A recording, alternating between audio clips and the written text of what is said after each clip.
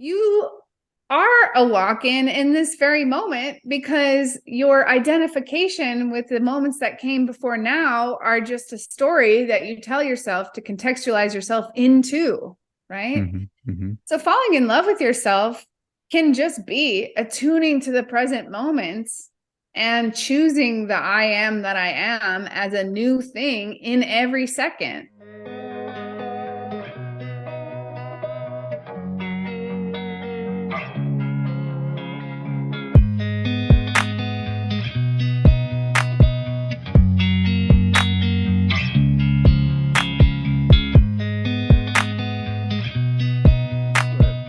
I am Alana Aviel, and I'm here on the Superior Self. Alana, thank you for taking the time. How are you this evening? I'm so well. Thank you. It's great to be here. So I was looking at your bio and I saw interstellar emissary. Is that right? Like I saw Yeah. that and I was like, I don't know what that is, but let's get her on. What is that? Well, I call myself an interstellar emissary because I truly believe that our soul journeys through a lot of experiences. Most of us are here occupying this earth adventure. And I feel that in some ways, many of us can track where we have lived before and how we got here. And I like to bring more attention and awareness to what that represents, as I believe we're kind of nearing this time here in this place that really brings together consciousness from all over the galaxy, not just exclusive to those on the Earth experience. Ooh, all of that. I love that. I love that. Did you have a near death? I did have a near death experience in 2007. And in many ways, that was my arrival on this life journey. So, this is like a new idea for some. Others are very familiar of what a walk in is, but essentially, it means a soul that kind of took over the journey of another soul that preceded them in this physical kind of body. So that's what is that what happened? Like I've heard that before, and Mhm. I've heard of people, especially in Dolores Cannon's work, Yeah. where she speaks about that with the subconscious. And I think one other person has come on the show and talked about that. So, what triggered like the walk in, and like what's the difference between the souls from the one that's leaving to the one that's entering? Well, it's an interesting question because it kind of provokes a question that not many people ask, and that can be about ownership of experience, right? So, if I were to ask you about your childhood and ask you about those experiences, you'd likely have deep ownership of them, and you likely have a deep relationship with them, and you can relate and integrate with those experiences, and they almost feel like your own, right? So for me, my relationship to memories and experiences that preceded my arrival in 2007, they're kind of more like a database that I can access and query, but I don't have any firsthand recollection of, and I don't really have ownership over. It took a long time kind of understanding and determining the way that I chose to relate to that, because in a lot of ways, it's like I like to use the description of moving into somebody else's house. All their stuff is there, but you live in the house now, so you kind of get to make it your own, but there's still their things around, you know? Hmm. Hmm. So Yeah. again, right, a near death. Was it the what was the near death situation like that triggered this? Was this pre-planned? Did this just kind of happen? Like, what did that look like? So there was a motorcycle accident with a severe brain injury. So it's always difficult to kind of determine how to talk about it, was in a coma for a couple weeks. And during that time, I guess you could say is like when the changeover happened. And so it's kind of an easy transition because there was no consciousness present during that coma time, right? And the brain injury was so severe that doctors, had proposed that I likely wouldn't be able to speak or have like normal motor operations. And the exact opposite happened. I kind of came back online, fully operational. So it was a very like miraculous energy about it. You were asking about, if it was pre-planned. I think that in some ways, as I kind of further develop my relationship with being here and doing the things that I do and contemplating the experience of life on Earth, as well as sometimes that I do get to relate and understand the memories that preceded me, I do kind of see that it was an agreement that our souls made in this journey. And sometimes I even find myself executing tasks or dreams or visions that she had desired to do, but didn't complete in her time on this journey. So when you came into this body, into this house, right? Like, did you have a problem integrating into it? Like, I mean, obviously people are going to still look at you as the original, I guess, occupier of the vessel, right? Like the avatar. So like, was it hard for you to integrate into this reality?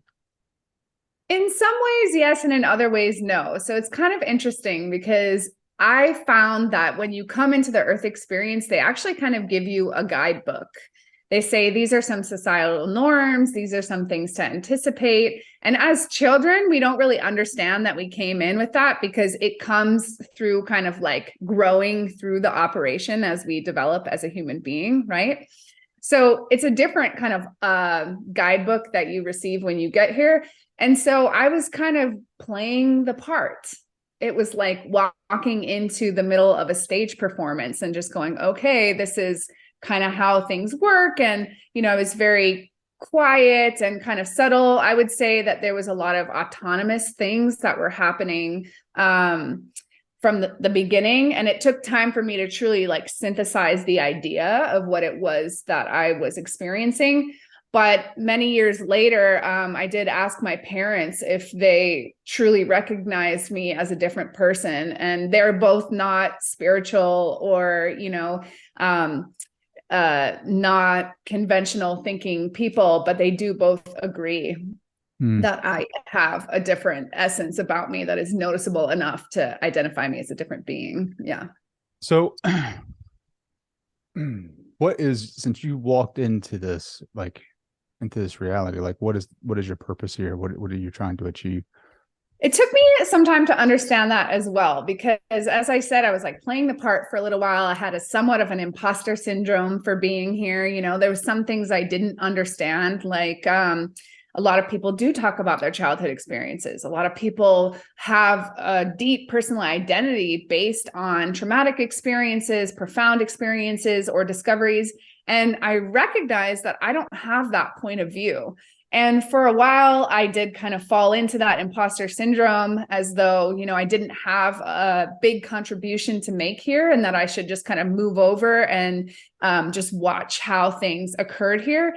But over time, I really came to honor and understand that my perspective comes with deep insight.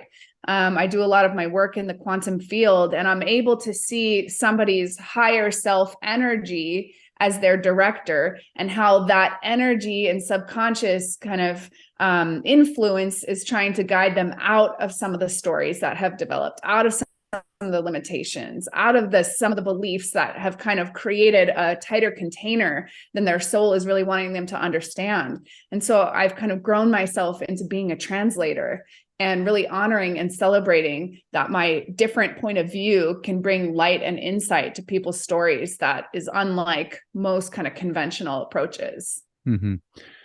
So it's a little bit of a different job than what you had before, right? Like the red phone for Converse, like that. What is that?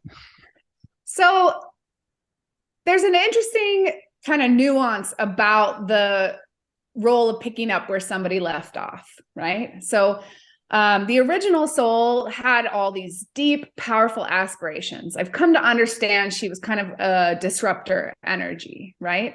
And so it was me kind of closing some of her timelines in some of the operations that I did in New York, but it was also kind of like utilizing the machine that I had kind of been given, right?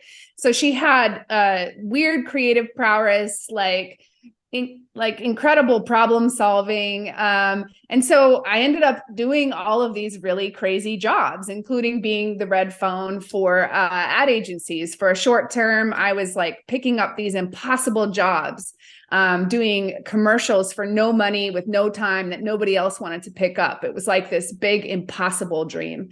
And I love that that was kind of like the framework for me to getting to know what this kind of machine that I had come into was. Because it was kind of what excited me about what I had adopted. Like I felt very fortunate. I felt very grateful for this really unique kind of set of tools that I was gifted. And, I worked through the expression of my soul through her perspective until I had a deep kind of clearing and articulation of how I wanted to kind of make it my own. And then you went like what, off the grid a little bit and started working with nature and a little bit of shamans and some more holistic traditions, right? Yeah. So I fled New York. I gave away everything that I owned. I moved to Oregon, and I was in Southern Oregon in the forest, off the grid, and not really having a lot of conversations with people, but just kind of connecting to the elements. I bathed in a creek. I was walking with the trees. I was getting to know the seasons. And I really kind of fell into like a heaven on earth experience where I felt like I could have just disappeared there and stayed forever. Deep meditative development. I have a dog that I developed some kind of psychic communication with. It was a really kind of powerful incubation period until I remembered that coming to Earth was meant to be shared. Mm-hmm. Wow. So what do you do for a job now?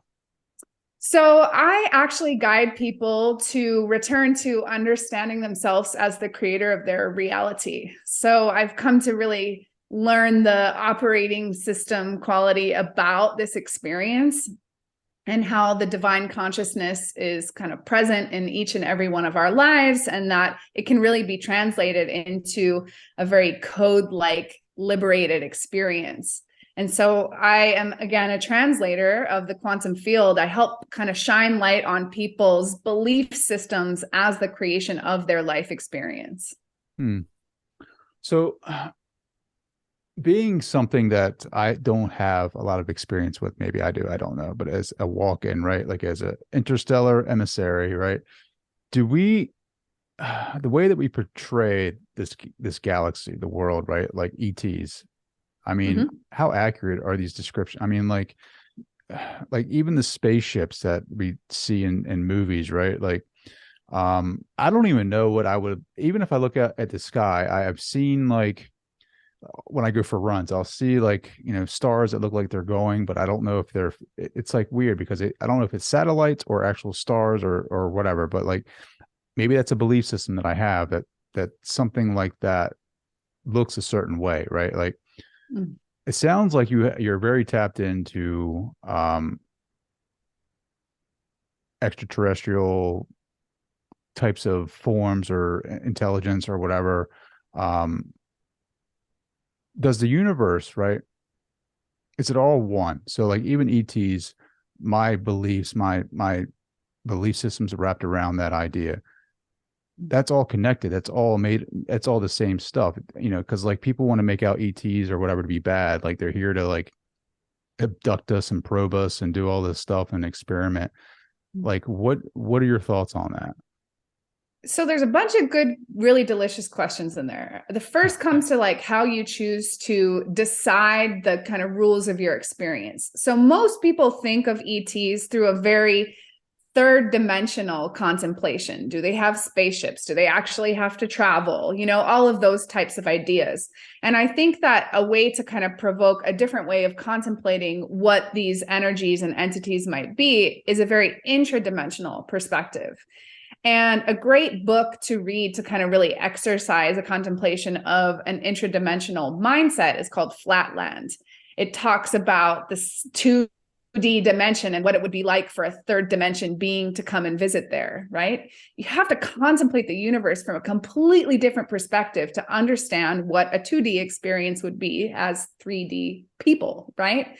And so I believe that consciousness is ever present everywhere in the universe, and that there's actually no other place than here, and that our consciousness only attunes to this here and now, and that we're able to invite in and contemplate intelligences, ideas, and expressions of the all, as you've described, to whatever we choose to serve our reality. Hmm. So if you choose to welcome in a contemplation, an idea of a physical representation of an ET, that will exist to you in your reality. If you believe it more as a spirit or a ghost, for example, that could be real in your experience. It's serving your experience. It has a place of a context and a conversation to you. Whereas to somebody else, that just simply doesn't, right? Mm-hmm. And so everything in reality exists in relationship to our belief and how it serves the shape of our chosen reality. Sure. So our chosen reality here seems to be pretty tough, right? Like, is that just because that's our belief system that it has to be tough, or is it like, is it a collective unconscious thing? I think it's a shared agreement to do the earth experience together with a certain degree of limitations, right? I think that we made a mutual agreement to say, okay, we're going to play in this chosen adventure through this lifetime with these kind of certain parameters in play to introduce and assist us in understanding of ourselves. But I also believe that we can utilize those limitations to return to an absolutely limitless contemplation of ourselves as the infinite divine, right? Just simply playing inside a one soul journey this time around. And so it really is, again, goes back to whatever you choose to serve your experience at any given time. You could wake up tomorrow and remember yourself as a limitless being of the divine and completely just vaporize from the earth experience altogether, if it served your chosen reality. Mm. Well, that would be like the ascended masters, right? Like what they were, like what they've been able to do or demonstrate. Like, there's a couple of books that I've read, like that have really resonated with me, like Ramtha, the White Book, where he talks about that, right? But some people get turned off by that because some of these books directly call you God, right? Like that you are a God. And it goes against our indoctrination, really, right? Like it does and it doesn't. I mean, depending on what you choose to entertain and invite into your reality, you could extrapolate some of the most ancient dogmatic texts and actually find that they are all pretty much telling the same story, that we are, in fact, all God. There's extrapolations that have kind of narrowed it to make us feel very far away and that we are speaking to somebody somewhere else. But again, each person who comes on this journey is going to choose the kind of version that serves their reality. But if you really chose the adventure to know yourself as God, you could find affirmations of it dripping in every expression of this reality if you look far enough. Like, give me an example of that. Oh, well, there's a lot of exercises that you can do. Obviously, we have DMT as an expression in our brain, right? And we also have DMT present in every molecule in nature, right? And so where we choose to put our attention is kind of what directs our consciousness to be this self, right? So some people can do astral projection and put their consciousness into like the flame of a candle, for example, and have an experience as a flame of a candle versus being occupied in our body. We can zone out and have an experience where is our consciousness present in that moment? No, yes or no, right? Are we the consciousness that directs our body? Our physical body is directed by some consciousness. Is that us or is that not us, right? There is just so many ways that you could contemplate how we absolutely have to be everything. And in a lot of ways, I like to utilize the understanding that even you here in my reality are a manifestation of me, because regardless of what your expressions are, they are still going to be filtered through my bias. You could be an absolutely benevolent person and your actions could be absolutely kind and compassionate. But if I have a bias against men or I have a bias against, anything, I could see you in malice, right? So even you are a manifestation of my reality more than you are a separate individual, even though I honor and respect you as a sovereign being living in their own experience, right? How do you see people from their higher self, right? Like, what does that look like to you? So a large part of my practice is about really adopting non-duality, right? So duality allows for there to be a division between me and anything, right? But from non-duality, there's no motive. It's a pure acceptance that everybody is God and that their actions, decisions, and experiences are only in service to them realizing themselves as that God, right? And so when you look at a person and you look at their circumstances, anything from their challenges, their traumas, their relationships, their eating habits, in some ways you can see how their reality is a representation of an internal belief and what that internal belief is coming forward to serve them to realize in their life. And so when you're kind of looking at the world through the perspective of everybody walking themselves towards remembering themselves as a divine, limitless being, the limitations get really obvious, right? And the action and the function of the limitations can become really kind of clear. Sometimes in my classes, I like to describe it is kind of like seeing the Matrix experience here in reality, because each kind of person has an operating system that is serving them in certain ways and performing certain functions and guiding them on certain discoveries and expressions. And when you have kind of the only pure objective of assisting them in noticing what those things might be, it really can get very exciting, but it takes a lot of separation from motive and objectivity. Well, how do you do that, right? Like, how do you teach your students to see the matrix, right? Like, what's an easy, like, little tool or task that you can, give my listeners right now to kind of see the matrix? Probably the most important thing is to look at your life through objectivity. Okay. So one of my favorite actions to assist people is not by telling them what I see, right? So let's say I could see their whole life in the quantum field, right?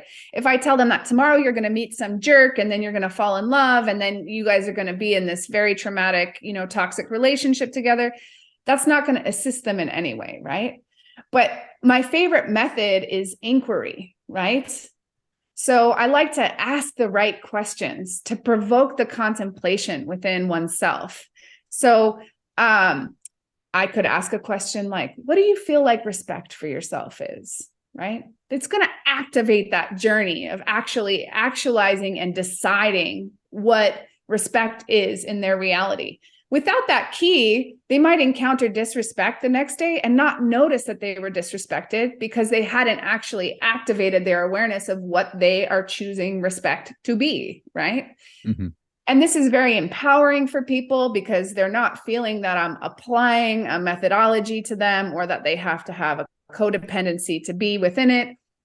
It's just teaching them how to ask the right questions to decide and create the circumstances in their reality that are serving them, as opposed to being victim to them when you're just running in an unconscious experience.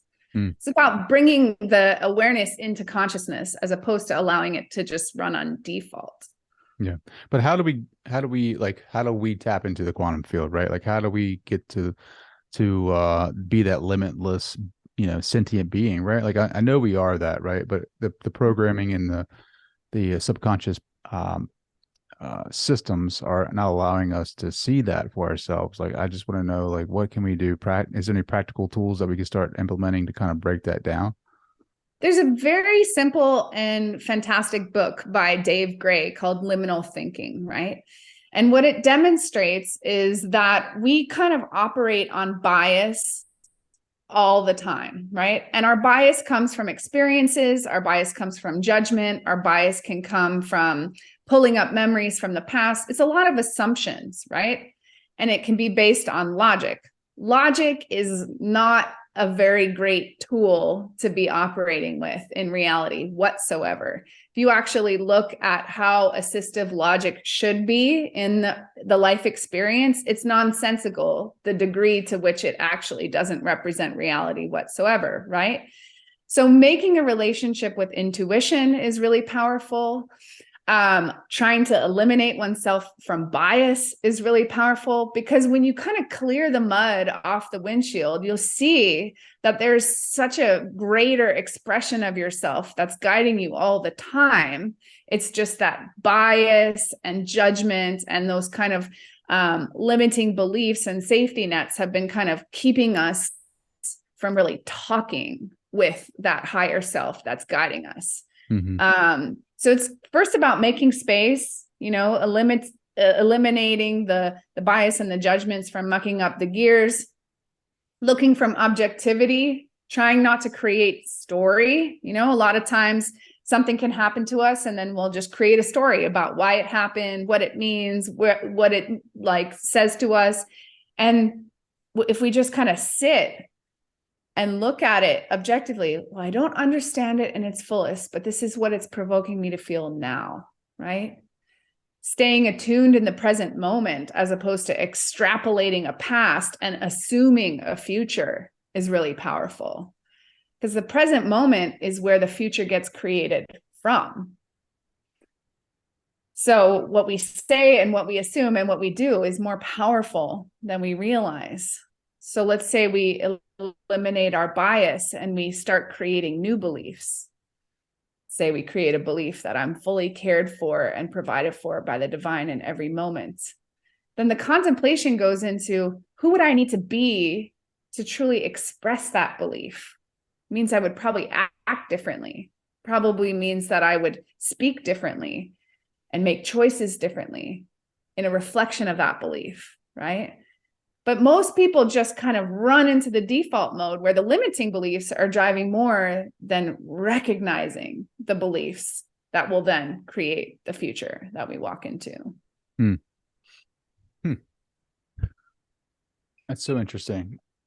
So can someone, if they change their beliefs, if they are able to get to the core of who they are and clean that windshield, can they ultimately radically change the reality to where it looks completely different than what it is right now? Absolutely. And it becomes something that's beyond belief, right? Beyond belief. There is a beautiful conversation that we are having in this experience all the time. And if, again, we use the terminology of the Matrix, right? At one point, he's able to recognize himself as being able to manipulate it, right? And it does get to that degree. When you know thyself, which is what I believe the Earth mission is actually to do, is to know thyself as this one individual kind of stream of consciousness that we're doing, right? When you know thyself, you'll start to see how everything that you experience is a literal reflection of that expression. And then you start to kind of make love to it, because you're like, dang, this is what I'm choosing to be today. And this is how I'm showing it to myself. It's sexy, right? It can be an act of love just to experience oneself through what shows up. And that is so empowering and liberating at the same time, because instead of trying to project out, you just make love to now, because it's magnificent and it's exhilarating. And it's the deepest soul conversation you could possibly experience. I've never heard it put that way before. Yeah. Yeah. I think I've been, especially in the past year, just kind of been caught up in the drama and the play, really, right? With a lot of people. Yeah. And not being able to see that, right? And just questioning, right? Just questioning whether or not that's our truth, whether or not we are this, a part of the divine, or whether or not you want to say, the divine incarnate. Are we truly that? I don't know, because I've been so caught up in the play. Mm-hmm. I mean, I love that you use the word play, because there's a lot of wisdom in the way children play the game of life, because they don't even identify with the drama. And thus that is also why they don't experience drama, right?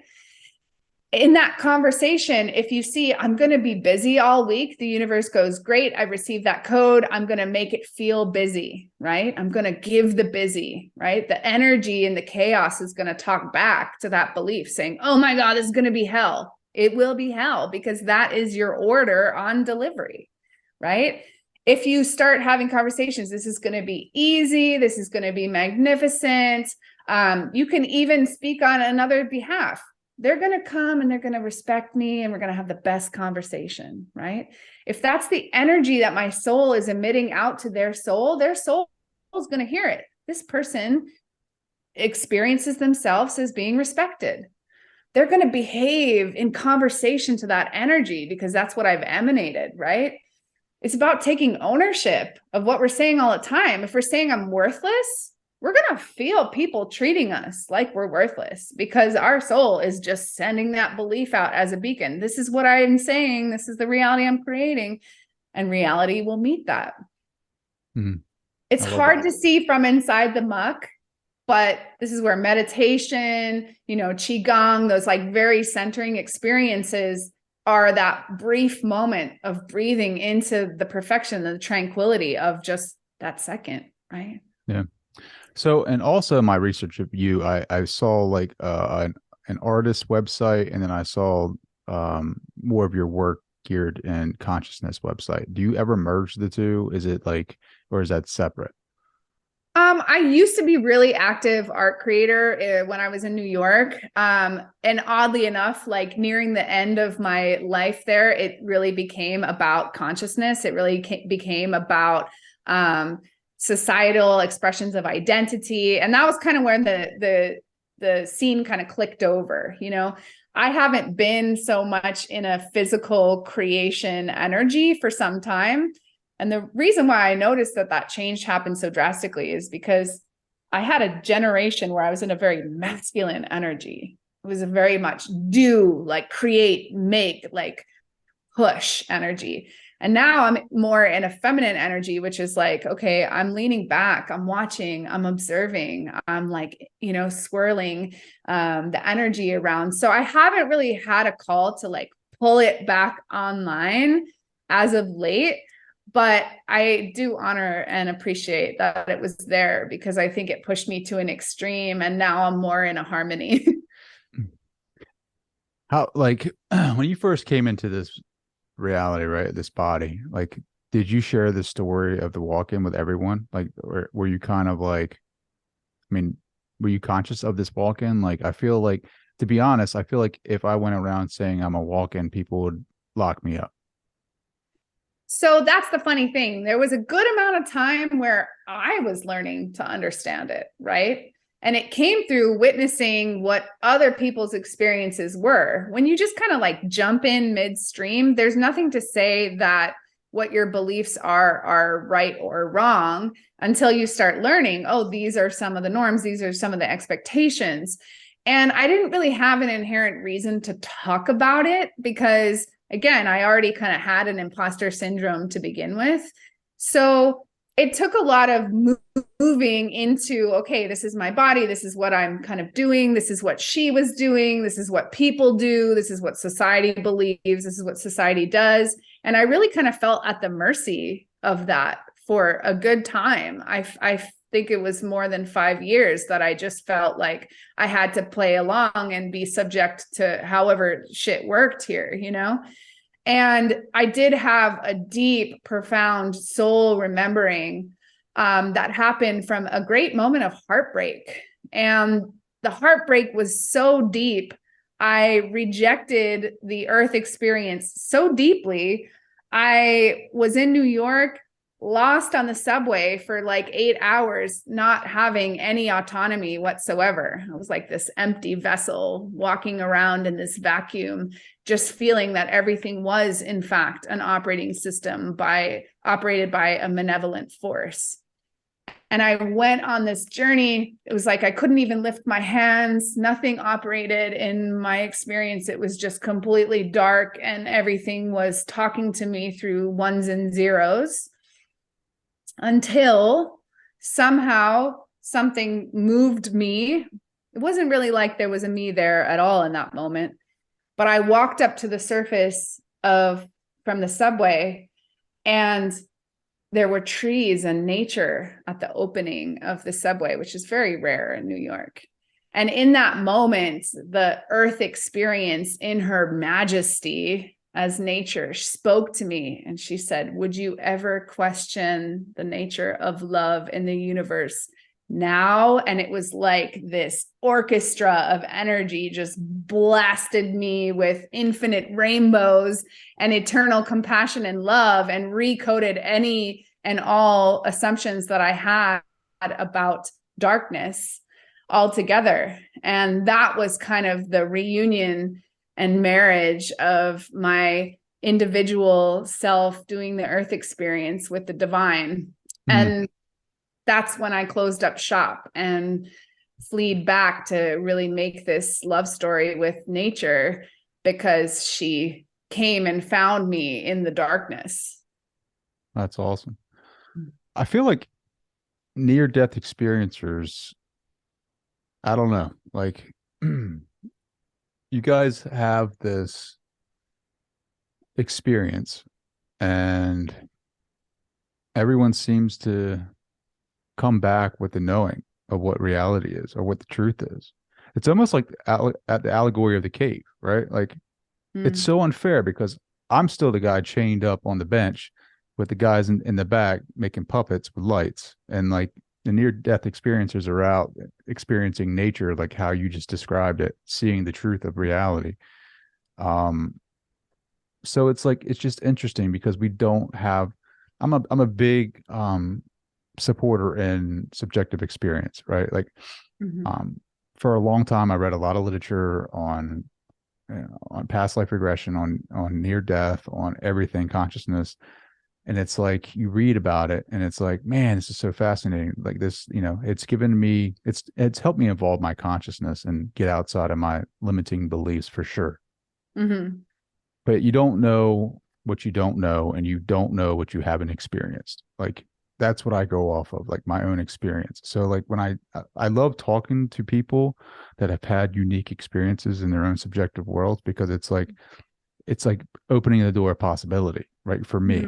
Right. Like, but there's also like almost a jealousy almost of like, man, right. Like to be able to know, not just like conceptually understand something, but to actually know, experientially know something, like the way that like the universe is showing you and making love to you in a way that has evolved you in this particular path. And that's where like I kind of hit a wall, because it's like, and I'm sure everyone else who hasn't had these experiences kind of feel it as well. It's like, well, how come we haven't had that yet? Right. Like, are we just at the starting point where like, what do we have to do to have this type of knowing, if that makes sense?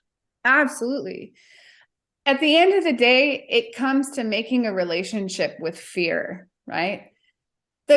The big key code about the death experience is that's kind of like the cornerstone of fear, right? And if you met death and still kind of continued on in some way or another, the relationship with fear experiences a huge leap, because all of the brain assumptions about needing to protect oneself, safety, health, all those things gets thrown out the window, right? And for most people, they don't actually commonly make a relationship with how is this fear or desire for safety actually serving my experience, right? What is it actually realizing itself as in my life? And most of the time, it comes down to limitation. And so if you want to, like, you can use the example of people who jump out of airplanes, right? They obviously have made a relationship with fear like no other, and they experience high highs as a result, right? And there is this dance with this existential kind of experience, but they've chosen to throw the logic out the window to experience that high, right?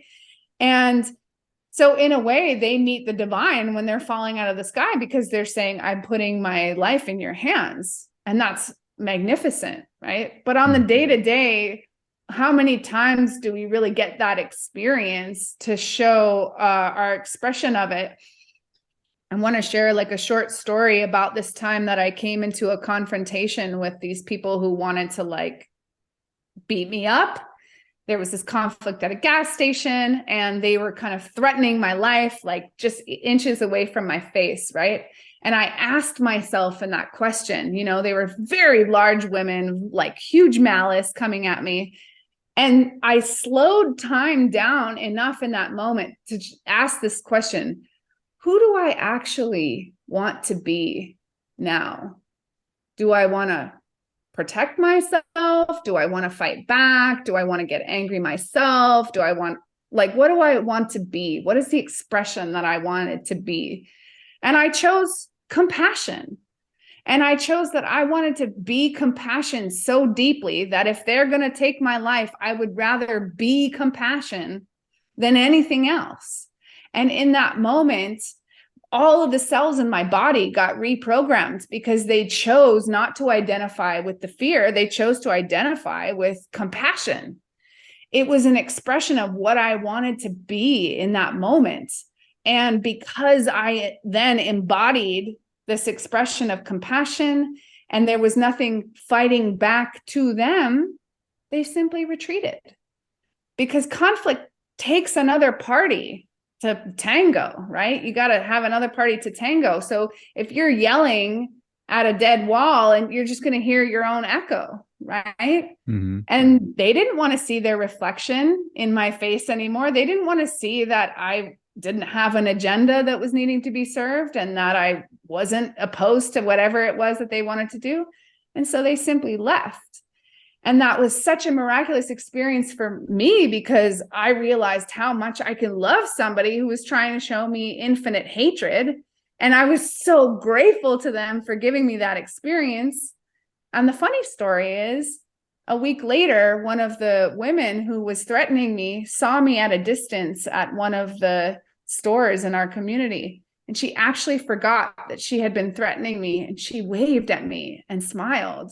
And that was the moment that I knew that something magnificent had happened for both of us, because she didn't even remember that I was the person that she was threatening. Is this pre-walk-in or post-walk-in? This is post-walk-in. This was just as I was coming out of the forest. So you weren't used to having conversations, right? So yeah. Correct. Well, how'd that fight start? Like you just It was a time of great tension in America, I guess you could say. And people were just kind of understanding what relating to other people was all about. And it was a patience game. It was a first person to the pump. And for me, I was just more interested in allowing everybody to get their needs met at the same time. And some people weren't excited about it. That's so funny. Yeah, I've watched a lot of your YouTube stuff, and it just is. What is your mission now? Like, what are you trying to achieve here?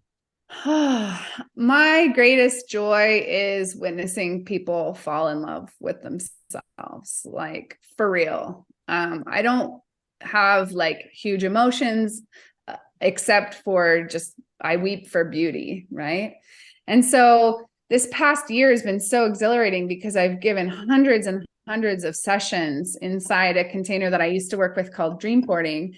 And in that time, I really like honed my craft, just getting to witness people fall in love with themselves. And as of late, I've transitioned that into just helping people understand the game of life as they're the director of reality. And so my greatest joy here is kind of waving a wand of just inquiry and a lot of what ifs to provoke people to look differently at their lives. And you have no idea how profound that is, because when somebody has an advocate to just like shake things up for a second and say, what if, it can introduce them to shifting their beliefs that then materialize a completely different reality. And that to me is the most exhilarating way to play in the game of life, because it's almost like giving people the cheat codes to the challenges to beat the bosses so that they get the rewards. But is it like, is it wrong? Like, are the goals like materialistic, or is it more or less like, you know what I mean? Like, I don't want to be the guy that gets the cheat codes just to get more things. I want to be the guy that gets the cheat codes and actually does something wonderful for the collective consciousness. I say that, but I would also, I mean, selfishly, yes, there's things in my life that I would definitely change selfishly for me, right? To make this experience here a little bit more fun, whether that's traveling or experiencing different energies, as far as like the pyramids in Egypt and India and things like that, and taking the kids with me and being able to do that. More freedom, I guess you could say. Yeah. But I don't know. It's like, you know, you talked about how you went into nature for like what, 3 years, and did that, like, but now you're here doing this work. So it's like there's like a pull towards this type of work, and I feel a pull towards this work too. But sometimes it's like, is it wrong to want those things? Does that make sense? Yeah. I mean, there's some irony in it, really. I mean, you said, selfishness. As the sole occupant of your reality, there is no such thing as selfishness. And every act that we do affects everybody else. And so let's say you did choose the, getting more fancy objects, right? It can sound like, okay, that's an empty pursuit. But it's not, because it's going to have its own challenges and conversations that come about from that being what the pursuit is. If the pursuit is more freedom, then you could sit around and do really hard work every day, discovering yourself and how you're living inside your beliefs, but you might not go to the pyramids. You might not go to Egypt. You make huge traction on that freedom representation, but you won't be actually living that freedom. So it's kind of a nuanced thing. I think that the reason why a lot of people pursue spiritual guidance and spiritual teaching is because that's where the profound experiences happen. So how can you not want everybody to have that and be a part of everybody having that? But at the end of the day, I truly believe that God or creation or the divine, or however you'd like to define it, just wants to live, just wants to create. And so it's not necessarily about it has to be in spirituality for it to be spiritual. I think washing the dishes is spiritual, like making a great pie for your family is spiritual. And so I think sometimes we get lost in the exaltation of transformation having to be one thing. I actually think it's everything.